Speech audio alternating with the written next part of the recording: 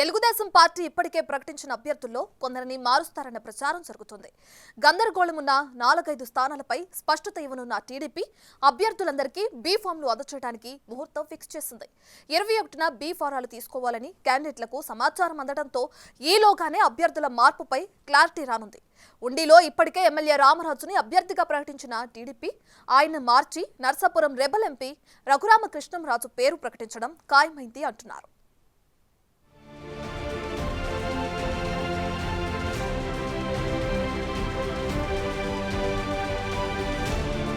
జనసేన అభ్యర్థులందరికీ బీఫారాలు అందజేశారు జనసేనాని పవన్ కళ్యాణ్. అయితే కూటమిలో ప్రధాన పక్షమైన టీడీపీ ఇంకా బీఫారాలు ఇవ్వలేదు. ఇప్పటికే ప్రకటించిన కొన్ని స్థానాల్లో అభ్యర్థుల్ని మారుస్తారన్న ప్రచారంతో టీడీపీలో ఒకంత గందరగోళం కనిపిస్తోంది. తాజాగా మంగళగిరిలోని పార్టీ కేంద్ర కార్యాలయంలో జరిగిన జోనల్ ఇన్ఛార్జీల సమావేశంలో పార్టీ అధినేత చంద్రబాబు ఆ మార్పులు చేర్పులపై క్లారిటీ ఇచ్చారట. నరసాపురం సిట్టింగ్ ఎంపీ కనుమూరి రఘురామకృష్ణంరాజు అదే లోక్సభ సెగ్మెంట్ పరిధిలోని ఉండి అసెంబ్లీ స్థానం నుంచి టీడీపీ అభ్యర్థిగా పోటీ చేయడం ఖాయమైందంటున్నారు. నరసాపురం ఎంపీ స్థానం పొత్తులో బీజేపీకి వెళ్లింది. రఘురామ కోసం ఆ సీటుని తమకివ్వాలని చంద్రబాబు కోరిన బీజేపీ నాయకత్వం సమ్మతించలేదు. తమ అభ్యర్థి శ్రీనివాస్ వర్మకి గురువారం బీఫామ్ కూడా అందజేసింది. దాంతో రఘురామని ఉండి అసెంబ్లీ స్థానంలో పోటీ చేయించాలని చంద్రబాబు నిర్ణయించారట. అక్కడ టీడీపీ తమ అభ్యర్థిగా సిట్టింగ్ ఎమ్మెల్యే మంతెన రామరాజుని ఇదివరకే ప్రకటించింది. ఆయనకు నచ్చజెప్పి పోటీ నుంచి విరమింపజేసే బాధ్యతను చంద్రబాబు తమ పార్టీ నేతలకు అప్పగించారంటున్నారు. ఈ క్రమంలో రామరాజుని పార్టీ జిల్లా అధ్యక్షుడిగా నియమించే అవకాశం కనిపిస్తోంది. నరసాపురం సీటు గల్లంతైనా తాను పోటీలో ఉండడం ఖాయమని ముందు నుంచి చెప్తూనే ఉన్నారు రఘురామరాజు. అది జరిగే పరిస్థితి కనిపిస్తోంది. రాబోయే రోజుల్లో మనకున్న ఈ రాష్ట్రానికి పట్టిన దరిద్రాన్ని అనొచ్చేమో అనేద్దాం. ఈ డ్రగ్ ఆంధ్రప్రదేశ్ని, ఈ బ్యాడ్ ఇమేజ్ని, రుణాంధ్రప్రదేశ్ అనే బ్యాడ్ ఇమేజ్ నుంచి బయటపడేయాలి అంటే చంద్రబాబు నాయుడు గారు, పవన్ కళ్యాణ్ గారి సారథ్యం చాలా అవసరం. కాబట్టి దీని గురించి మరింత చొరవ తీసుకుని వీలైనన్ని ఎక్కువ మీటింగ్లు, అలాగే నేను అసెంబ్లీకి చేస్తానా పార్లమెంట్కి చేస్తానా అనేది ఇంకా అస్పష్టత కాస్త ఉన్నప్పటికీ నేను ఎక్కడ పోటీ చేసినా వారు వచ్చి క్యాంపెయిన్ చేయాలని కూడా వారి సహకారాన్ని కూడా నేను కోరటం జరిగింది. ఎప్పటి నుంచో కూడా పవన్ కళ్యాణ్ గారికి నాకు చాలా సన్నిహిత స్నేహం ఉంది. వాళ్ళ అన్నగారితో ఇంకా ఎక్కువ స్నేహం ఉంది. చిరంజీవి గారు నేను మంచి స్నేహితులు. అదే స్నేహభావంతో ఆయన తప్పకుండా ఈ విజయానికి అండగా ఉంటారని చెప్పి నాకు అష్యూరెన్స్ ఇవ్వడం జరిగింది. వారికి నేను ఎంతో రుణపడి ఉన్నాను.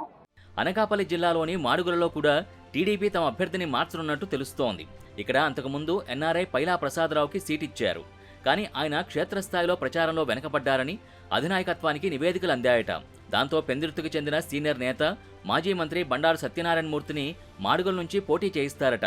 పొత్తులో భాగంగా పెందుర్తి జనసేన ఖాతాలోకి వెళ్లడంతో బండారు కొంత అసంతృప్తితో ఉన్నారు.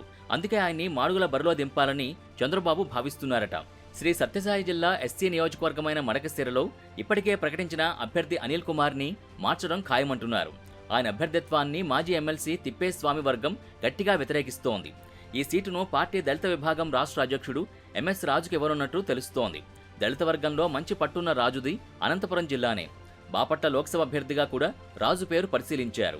అన్నమయ్య జిల్లా తంబళ్లపల్లి అభ్యర్థిగా ప్రకటించిన జయచంద్రారెడ్డి కూడా ప్రచారంలో వెనకబడిపోయారని టీడీపీ అధిష్టానానికి రిపోర్టులు అందాయట. అదీగాక ఆయన అభ్యర్థిత్వాన్ని టీడీపీ జనసేన శ్రేణులు ముందు నుంచి వ్యతిరేకిస్తున్నాయి. పైగా వైసీపీ నేతలతో ఆయనకు వ్యాపార సంబంధాలున్నాయన్న ప్రచారం విస్తృతంగా జరిగింది. ఆయన వైసీపీ కోవర్ట్ అని కూటమి శ్రేణులు తీవ్ర ఆరోపణలు చేశాయి. దాంతో తంబళ్లపల్లి అభ్యర్థిని మార్చడం ఖాయమైందంటున్నారు.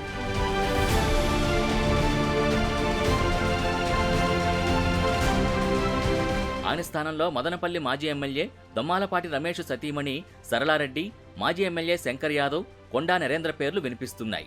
ఏలూరు జిల్లా దెందులూరు అసెంబ్లీ స్థానంపై కూడా ఉత్కంఠ నెలకొంది. తమకిచ్చిన అనపర్తి సీటుని టీడీపీకి తిరిగివ్వాలంటే తమకి దెందులూరు ఇవ్వాలని బీజేపీ నాయకత్వం షరతు విధించింది. అయితే ఇక్కడ టీడీపీ ఇప్పటికే మాజీ ఎమ్మెల్యే చింతమనేని ప్రభాకర్ని అభ్యర్థిగా ప్రకటించింది. బీజేపీ ఒత్తిడితో ప్రభాకర్కి నచ్చజెప్పడానికి టీడీపీ నాయకత్వం పార్టీ నేతల్ని ఆయన వద్దకు పంపింది.